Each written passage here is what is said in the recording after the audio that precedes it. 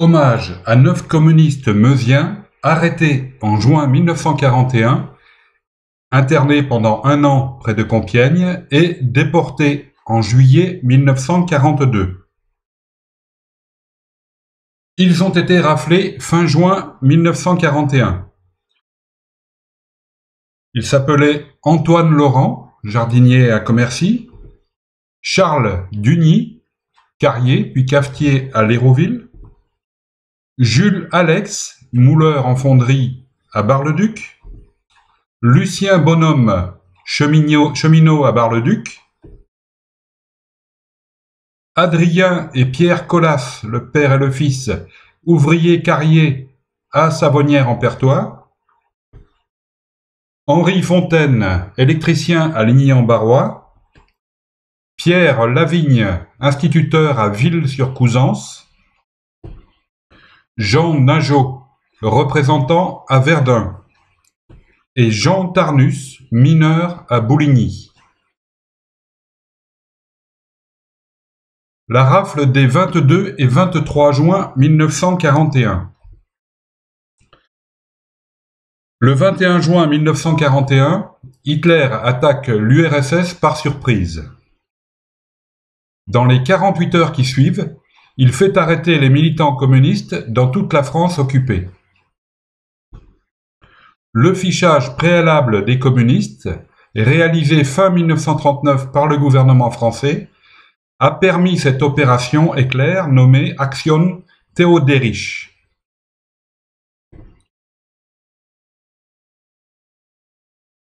Donc, à la base, il faut comprendre qu'il y a eu le pacte Allemagne-URSS en 1939.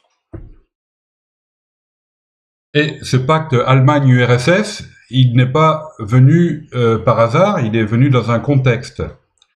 Donc, premier point, un traité d'assistance mutuelle avait été signé en 1935 et ratifié en mars 1936 par le Parlement français entre la France et l'URSS. Donc il s'agissait bien d'assistance mutuelle. Mais l'état-major français a fait savoir qu'il était hors de question de l'appliquer. Par ailleurs, la France et l'Angleterre, alliées avec la Tchécoslovaquie par un traité d'assistance mutuelle, ont abandonné la Tchécoslovaquie à Hitler le 30 septembre 1938. C'est ce qu'on appelle les accords de Munich.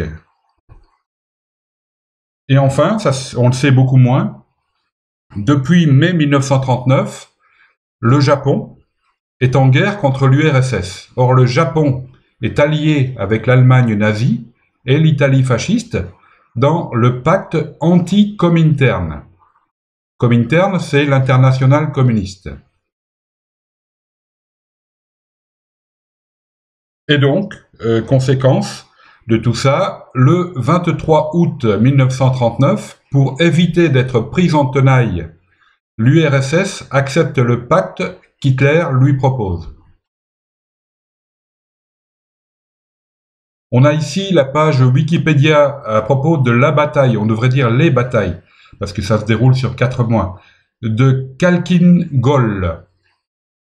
Alors, Khalkhin Gol, ça se trouve en Mongolie, en fait, mais il y a eu au moins 2 batailles qui ont opposé l'Union soviétique à l'Empire du Japon du 11 mai au 16 septembre 1939.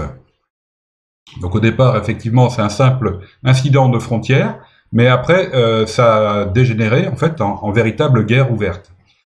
Donc, et ça dure du 11 mai au 16 septembre. Il y a donc les incidents de mai. Début juillet, l'offensive japonaise. Fin juillet, une attaque à nouveau japonaise. Et puis, à partir du mois d'août, la contre-attaque soviétique, qui va durer jusqu'au 16 septembre 1939. Et donc, les forces en présence, 57 000 hommes du côté de l'Union soviétique, 75 000 du côté japonais, mais avec beaucoup plus de pertes du côté soviétique, enfin avec plus de pertes, et beaucoup plus relativement au nombre d'hommes, du côté soviétique que du côté japonais. Donc en France, le PCF est dissous, suite à ce pacte entre l'Allemagne et l'URSS. Donc le 3 septembre 1939, la guerre contre l'Allemagne est déclarée, suite à l'invasion de la Pologne. Le 26 septembre, le chef du gouvernement, qui s'appelle Daladier, dissout le PCF. Le 18 novembre, un décret ordonne le fichage des communistes. Le 3 avril 1940, les députés communistes sont emprisonnés. Ils ont été auparavant déchus de leur qualité de députés. Et le 9 avril 1940, un décret-loi prévoit même la peine de mort pour propagande communiste. Voici donc quelques extraits du journal collaborationniste L'Écho de Nancy. Donc au dernier trimestre 1940, c'est à titre d'exemple, parce que j'en ai trouvé plein d'autres. Voici le 24 octobre 1940, 65 arrestations dans la région de Marseille. Le gros titre, c'est « Le communisme se réorganise ». Donc 65 arrestations de communistes qui avaient repris une activité politique, en fait. Là, trois militants vosgiens. Donc c'est l'édition du 24 novembre 1940. Et dans l'édition du 9 décembre 1940, donc il est question de 1141 arrestations à Paris depuis juillet 40 de communistes. Dans la Meuse, le 9 décembre 1940, le préfet, qui s'appelle alors Boucouaran, prend 3 arrêtés. Donc le premier réprime les tracts communistes, et donc voilà l'internement administratif des individus appréhendés en vertu du décret du 18 novembre 1939. C'est celui qui organise le fichage des communistes.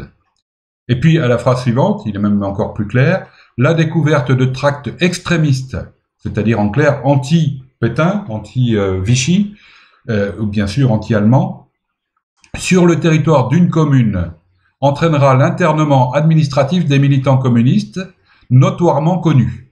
Donc peu importe si c'est eux ou pas qui ont fait les tracts, de toute façon, si on trouve des tracts, c'est eux qui payeront la note, en fait.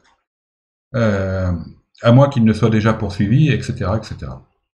Voilà, le deuxième arrêté concerne la vente des appareils duplicateurs, donc typiquement les appareils qui pourraient servir à faire des tracts, donc c'est interdit.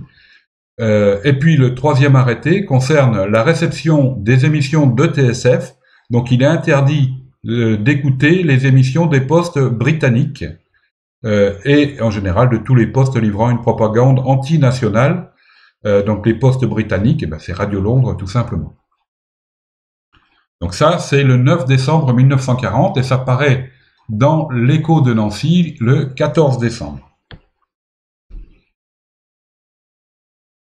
Dans l'édition du 21 décembre de l'Écho de Nancy, toujours, le maire de Bar-le-Duc fait à nouveau paraître ses arrêtés, ou plutôt il les porte à la connaissance de ses administrés, c'est-à-dire les Barisiens, donc les tracts communistes, les appareils duplicateurs et les postes de TSF. Voilà, donc ça c'est le 21 décembre 1940. Alors, j'ai recherché dans l'Écho de Nancy si ces arrêtés sont parus aussi dans d'autres départements.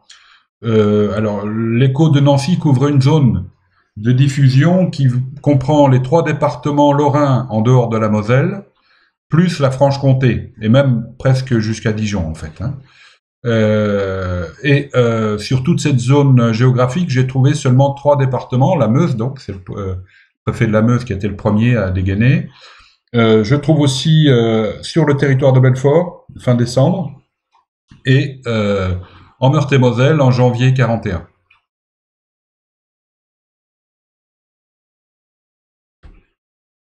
Enfin, voici une autre coupure de l'Écho de Nancy.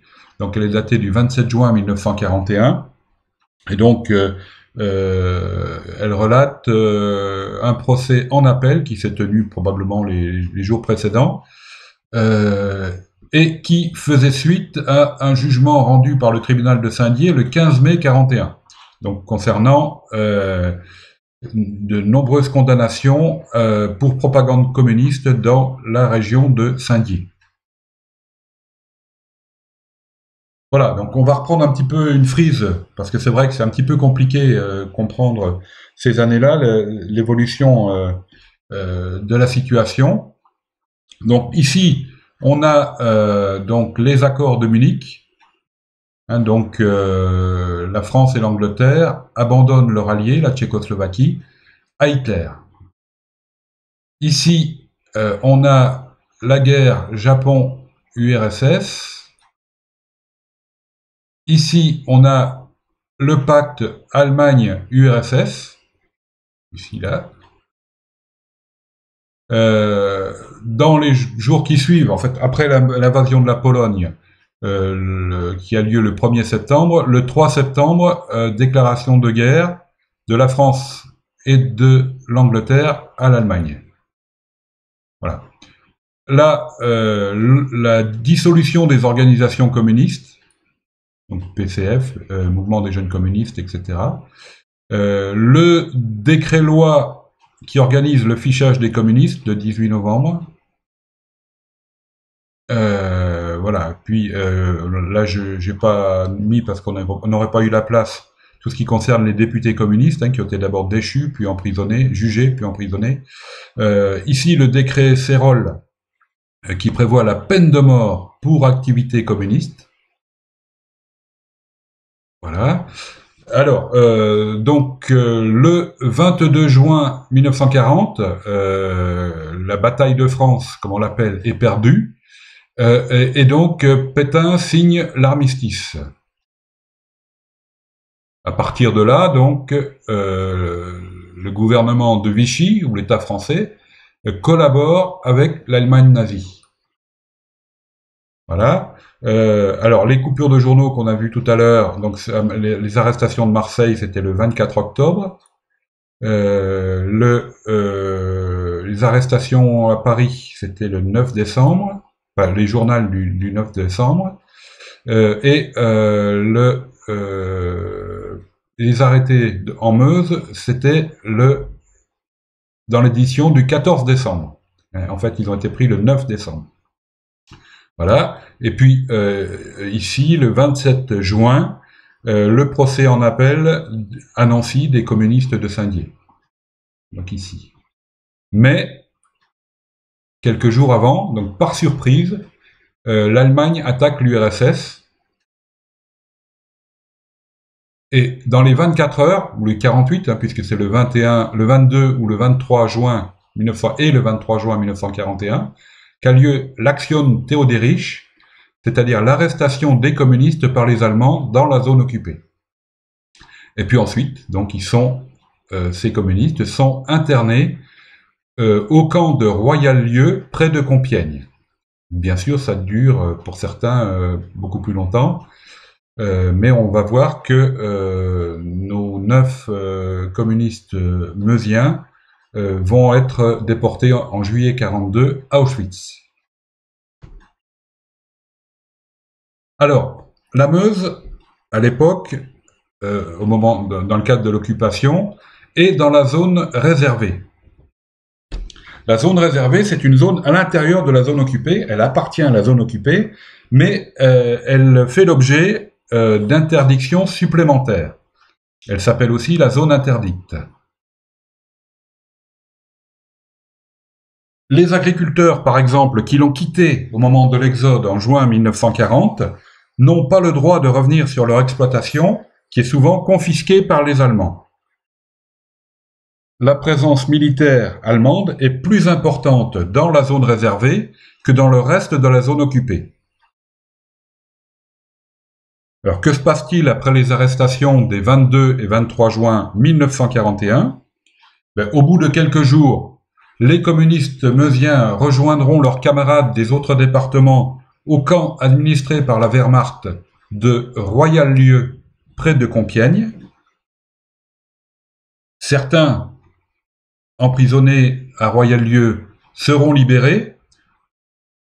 Par exemple, Manouchian, qui a été interné quelques jours ou quelques semaines et qui sera libéré. Et on reparlera bien sûr de lui par la suite. Alors, en ce qui concerne nos 9 Meusiens, ils seront déportés à Auschwitz le 6 juillet 1942. Ils feront partie d'un convoi qui transportera 1100 communistes et 50 juifs. Et parmi les 9 Meusiens, seul Jean Tarnus en reviendra. Alors, les biographies qui vont suivre sont tirées du site Déportés politiques Auschwitz.fr. Voici l'auteur de ce site qui est vraiment très très bien fait, très très bien documenté, il faut aller le voir. Donc c'est Madame Cardon-Hamé, qui est historienne. Voici ici ses titres, professeur agrégé, docteur en histoire, membre du conseil scientifique de la Fondation pour la mémoire de la déportation depuis sa création, membre du jury prix Marcel Paul, etc. Alors, on va commencer donc les biographies de nos 9 Meusiens. On va parler en premier de Antoine Laurent. Il est né en 1902 à Charmes, dans les Vosges. Il habite à l'école normale de Commercy, dont il est le jardinier. L'école normale, pour les plus jeunes, c'est ce qui formait les instituteurs et les institutrices. En l'occurrence, là, c'était les instituteurs, puisque pour la Meuse, tous les instituteurs étaient formés à l'école normale de Commercy. Maintenant, on a des IUFM. Ils sont mixtes, heureusement. Donc, Antoine Laurent, au moment de son arrestation, était marié. Il avait déjà 2 fils, dont un qui avait quasiment 20 ans, et le second né en 1925. Son épouse, Marie-Eugénie, travaille aussi à l'école normale. Il est adhérent au PCF depuis 1923 et il est secrétaire de la section de Commercy. Il est même membre de la direction régionale du Parti communiste, membre du comité régional. Et il a été candidat PCF au cantonal de 1937. On voit ici, c'est un extrait de l'Humanité. On voit aussi ici son nom apparaître ici. Alors voici une photo du bâtiment qui abritait à l'époque l'école normale. Donc il a repris son ancien nom, qui est Prieuré de Breuil aujourd'hui, on le connaît sous ce nom-là. Mais on a encore en haut du portail, ici, l'inscription école normale. Voilà, donc.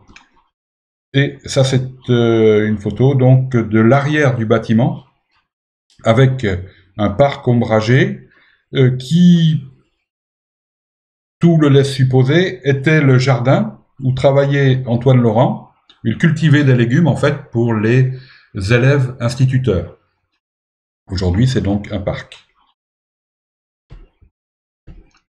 Voici, lorsqu'il est passé à l'Hérouville en train, en convoi du 6 juillet 1942, la lettre que Antoine Laurent a laissé tomber sur la voie à l'intention de sa famille. Bien sûr, cette lettre a été ramassée, c'était le but, par un cheminot, qui a transmis la lettre à sa famille. Alors là, ici, ça n'est pas l'original, c'est une recopie par un de ses fils, un des 2 fils d'Antoine Laurent, du mot qu'il avait, qui était peut-être un peu moins bien écrit, parce que les circonstances, et peut-être sur du papier moins joli.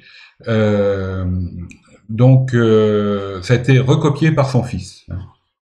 Je vais lire la lettre en entier. Entre Châlons et Commercy, le 6 juillet 1942. Chères femmes et enfants, excusez l'écriture car je suis dans un wagon à bestiaux avec 39 copains, dont Lavigne, instituteur, et Duny de Léroville. Nous sommes déportés en Allemagne avec 1200 copains de Compiègne. Briard, Morteau et Laruelle ne le sont pas. Ne vous faites pas de bile à mon sujet, malgré tout le moral est bon. Ne pas m'écrire ni m'envoyer de colis avant d'avoir reçu de mes nouvelles. Vous verrez peut-être sur les journaux que 1500 travailleurs de la région parisienne sont partis travailler en Allemagne comme volontaires. Ils le sont comme moi, dans des wagons à bestiaux cadenassés, boules de pain et un camembert, sans eau ni paille, à même le plancher comme du bétail. Ça ne fait rien, nous avons le bon bout.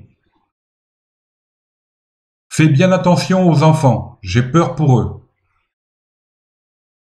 Bien le bonjour aux amis, et à vous tous mes meilleurs baisers, et peut-être à bientôt, car j'espère qu'il n'y en a plus pour très longtemps, et qu'on les aura. Un forçat, à Laurent, numéro 642. Ce numéro 642, a priori, c'est son numéro d'écrou à Compiègne. Donc Antoine Laurent, qui est déporté à Auschwitz, il mourra début avril 1943. Selon un camarade rescapé, il meurt à l'infirmerie du camp. Il ne pèse plus que 38 kilos, alors qu'il en pesait environ 80 avant son arrestation. Le 27 septembre 1949, il sera déclaré mort pour la France. La date du 9 avril 1943 est retenue et portée sur son acte de décès et sur l'arrêté du 4 novembre 1993 portant la mention « mort en déportation ». Voici Charles Duny, Léon Charles pour l'état civil. Donc Antoine Laurent en parlait dans sa lettre. En fait, il parlait des commerciants, des gens de commercy, puisqu'il s'adresse à sa femme et à ses enfants, donc il parlait des gens qu'il connaissent a priori. Donc, Charles Duny est né en 1905 à Léroville, 5 km au nord de Commercy, et donc le train, le convoi entre Compiègne et Auschwitz passait à Léroville. C'est la ligne de chemin de fer passe à Léroville. Donc, Charles Duny, de métier, était tailleur de pierre. Il était même chef tailleur de pierre. Et puis, il est devenu cafetier. Il a pris un café. Alors, est-ce que c'est son cas ou pas? Mais on note que de nombreux militants ouvriers ont perdu leur emploi suite aux grèves de 1936 et ont dû se reconvertir. Et que, assez fréquemment, ils se seront reconvertis comme cafetiers. Alors, est-ce que c'est le cas ou pas de Charles Duny? On n'en a pas la preuve. Donc, il est marié, il a 2 enfants, nés en 1925 et 1930. Donc, Antoine Laurent, on l'a dit, mentionne sa présence dans le convoi qui les emmène à Auschwitz. D'ailleurs, Charles Duny a appelé, quand le train est passé à Léroville, il s'est fait connaître, il a appelé, hein, il a été reconnu par les cheminots donc qui étaient sur place, mais le train a été gardé par les Allemands, les cheminots ne pouvaient pas approcher, mais ils l'ont entendu. Donc il est passé à Léroville, dans son village. Et donc Charles Duny meurt à Auschwitz le 8 septembre 1942. En 1953, il a été reconnu déporté politique. Voici Pierre Lavigne, dont Antoine Laurent parle aussi dans sa lettre. Alors, il n'est pas du sud de la Meuse, lui, il est du nord de la Meuse, mais ils se connaissent. Ils se connaissent parce que donc Pierre Lavigne est né à Verdun en 1910, mais il est instituteur et il a été formé à l'école normale de Commercy. C'est la raison pour laquelle ils se connaissent. Et donc, après sa formation à l'école normale de Commercy, Il est instituteur à Ville-sur-Couzance, à l'ouest de Verdun. Son épouse, qui est institutrice elle aussi, et lui-même sont logés à l'école du village de Ville-sur-Couzance, et ils ont 2 enfants. Il a été candidat PCF au cantonal de 1937, et donc la date de son décès à Auschwitz a été fixée au 15 septembre 1942. Donc il sera déclaré mort pour la France, puis déporté résistant. Hein, on a ici une coupure de l'Humanité, un extrait de l'Humanité, où on voit la candidature de Pierre Lavigne, et on voit qu'il a obtenu 180 voix au cantonal d'octobre 1937, en tant que candidat communiste. Voici Jules Alex. Il est né en 1898 à Yzeure dans l'Allier. Il a été engagé volontaire en 1915, alors qu'il a 17 ans, pour la durée de la guerre, à Bar-le-Duc. Donc, a priori, sa famille habitait déjà à Bar-le-Duc. Et il termine la guerre de 1914-18 avec la Croix de guerre, étoile de bronze. Ensuite, il est mouleur chez Duren à Bar-le-Duc, mouleur en fonderie. Il est secrétaire de la cellule PCF des métaux et du bâtiment de Bar-le-Duc, qui comptait 44 adhérents en 1939. Il est père de 6 enfants. Donc il meurt le 16 ou le 17 août 1942 à Auschwitz. Il est reconnu déporté politique et mort pour la France. Ensuite, nous allons parler de Lucien Bonhomme. Alors, on n'a pas sa photographie. Ici, là, on a sur le monument aux agents SNCF tués par fait de guerre entre 1939 et 1945, donc à la gare de Bar-le-Duc, on a son nom ici, Bonhomme Lucien. Il est né en 1906 à Bar-le-Duc. Il a été recruté en 1930 comme cheminot par les chemins de fer de l'Est, qui ont été absorbés par la SNCF lorsqu'elle a été créée en 1938. Il est marié et il est père de 6 enfants. Il meurt à Auschwitz le 19 septembre 1942. Il est reconnu mort pour la France et déporté politique. Voici Adrien Colas. Il est né en 1888 à Épizon, en Haute-Marne. Il est mobilisé du 2 août 1914 au 27 mars 1919. Ensuite, il revient en Meuse. Il adhère à l'Association républicaine des anciens combattants, la RAC. Il est ouvrier de carrière à Savonnières-en-Perthois, et il habite à Savonnières-en-Perthois. Il est trésorier adjoint de l'Union départementale CGTU Meuse. Il est marié, père de 2 enfants, dont Pierre, qui sera arrêté et déporté avec lui. Il meurt à Auschwitz le 14 février 1943. Il est déclaré mort en déportation. Voici son fils Pierre Colas, donc né le 14 mars 1914 à Savonnières-en-Perthois, domicilié chez ses parents à Savonnières. Il travaille avec son père à la carrière Le Granit de Savonnières. Il se marie le 14 juin 1939 avec Huguette Nicolas de Gu, près d'Ancerville ou Saint-Ligier. Son nom figure sur la liste des jeunes communistes aptes à être déportés à l'Est, donc établis par les Allemands, en décembre 1941, alors qu'il est interné à Royal-Lieu, près de Compiègne. Son nom et son matricule figurent sur le registre de l'infirmerie de Birkenau, le 12 janvier 1943. La date précise de son décès n'est pas connue. Et donc, pour l'état civil, on lui a attribué la même date de décès que son père, en février 1943. Il est reconnu mort en déportation.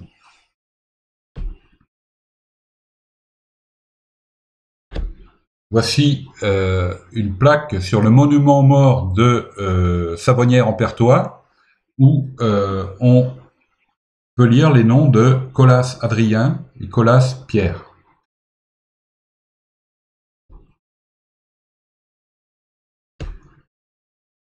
Voici Henri Fontaine. Il est né en 1901 à Nancy. Il s'est marié en 1926 à Bar-le-Duc. Son épouse, lui, et leurs 2 enfants habitent à Ligny-en-Barrois. Il est d'abord mouleur chez Duren, à Bar-le-Duc. Il adhère au PCF et devient secrétaire du syndicat unifié des métaux, donc du syndicat CGTU des métaux. Il est candidat PCF aux législatives de 1928 pour la circonscription de Bar-le-Duc.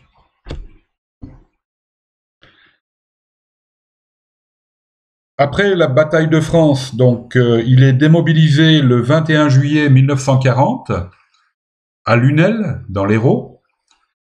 Il revient à Ligny-en-Barrois et il travaille ensuite à la Société électrique Meuse et Marne. Il meurt à Auschwitz en septembre 1942. Il sera reconnu mort en déportation. Parlons ensuite de Jean Najot. Il est né en 1899 à Lude-le-Coquet, dans la Marne. Il est mobilisé en avril 1918. Il monte en grade, puisque en mars 1920, il est nommé sergent, et il revient à la vie civile en mars 1921. Il se marie en 1922. Il devient voyageur de commerce à Verdun. Avec son épouse, ils ont un enfant. Alors, bien qu'il soit voyageur de commerce pendant plusieurs années, pendant une quinzaine d'années, il se fait embaucher chez Renault à Boulogne-Billancourt peu avant la déclaration de guerre. Et donc, il est mobilisé en août 1939 sur son poste de travail à Boulogne-Billancourt. Mais il est repéré en tant que communiste, et du coup, il est transféré en décembre 1939 dans une unité combattante. Et puisqu'il y a l'offensive allemande de mai-juin 1940, il est fait prisonnier. Donc en mai ou juin 1940, pendant plusieurs mois probablement. Il rentre à Verdun à une date indéterminée, mais il est donc arrêté dans le cadre de l'Aktion Theoderich le 22 ou le 23 juin 1941. Il meurt à Auschwitz le 22 août 1942, donc son nom figure sur le monument à la mémoire des enfants de Verdun morts pour la France. On a ici là un extrait de l'Est républicain du 4 juin 1945, demande d'information aux déportés revenus des camps. Donc on leur demande s'ils ont entendu parler de Jean Najot, qui n'est pas revenu. Donc si pour ceux qui auraient des informations, on leur demande de contacter Madame Najot.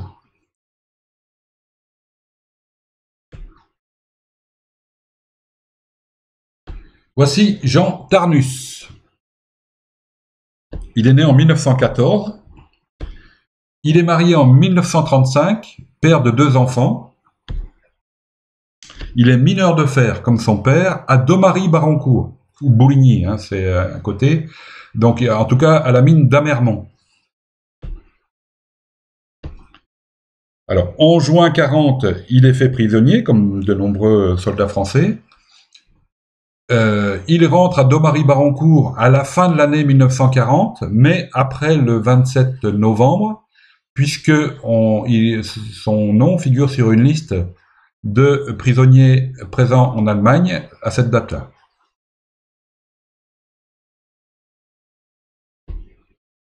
Donc début 41, il est en France, à Domary-Barancourt, et il va adhérer le 15 mai 1941, mais même probablement avant, au Front National pour la libération et l'indépendance de la France, organisation clandestine bien sûr, qui a été créée par le PCF le 15 mai 1941. A priori, il a dû même adhérer dès fin avril en fait. Hein.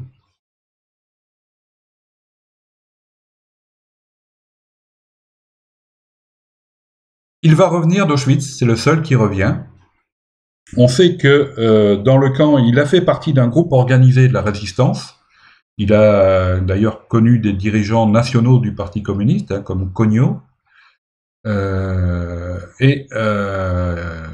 va revenir donc en France le 30 mai 1945.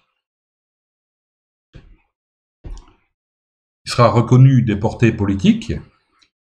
Après son retour, il reprend son travail de mineur, de fer, et son activité syndicale et politique. Entre autres, il sera membre du secrétariat fédéral du PCF, donc fédéral ça veut dire départemental, pour la Meuse, en 1957. Voilà, donc je voulais vraiment rendre hommage, honneur à ces militants ouvriers.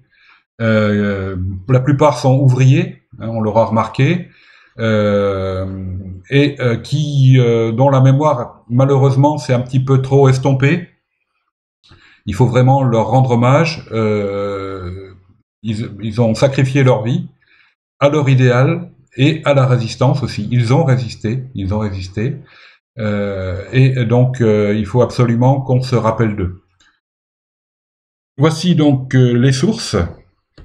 Donc les extraits du quotidien collaborationniste, l'Écho de Nancy, donc sont issus d'une recherche que j'ai faite moi-même sur le site Gallica, Bibliothèque nationale de France. Donc j'en ai beaucoup, j'en ai montré seulement quelques-uns là, à propos de la répression anticommuniste, surtout au dernier trimestre 1940. Les deux photos donc qu'on a vues concernant l'école normale de Commercy et son ancien jardin sont aussi de moi.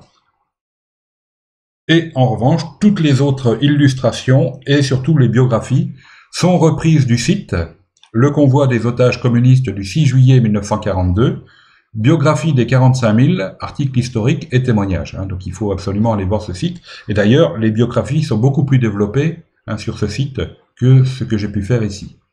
Alors pour l'anecdote, les 45 000, ça ne veut pas dire qu'ils étaient 45 000 dans ce train du 6 juillet 42, ça veut dire que quand ils sont arrivés à Auschwitz, le matricule qui leur a été attribué, et qui était tatoué sur eux, commençait par 45 000. Merci de votre attention.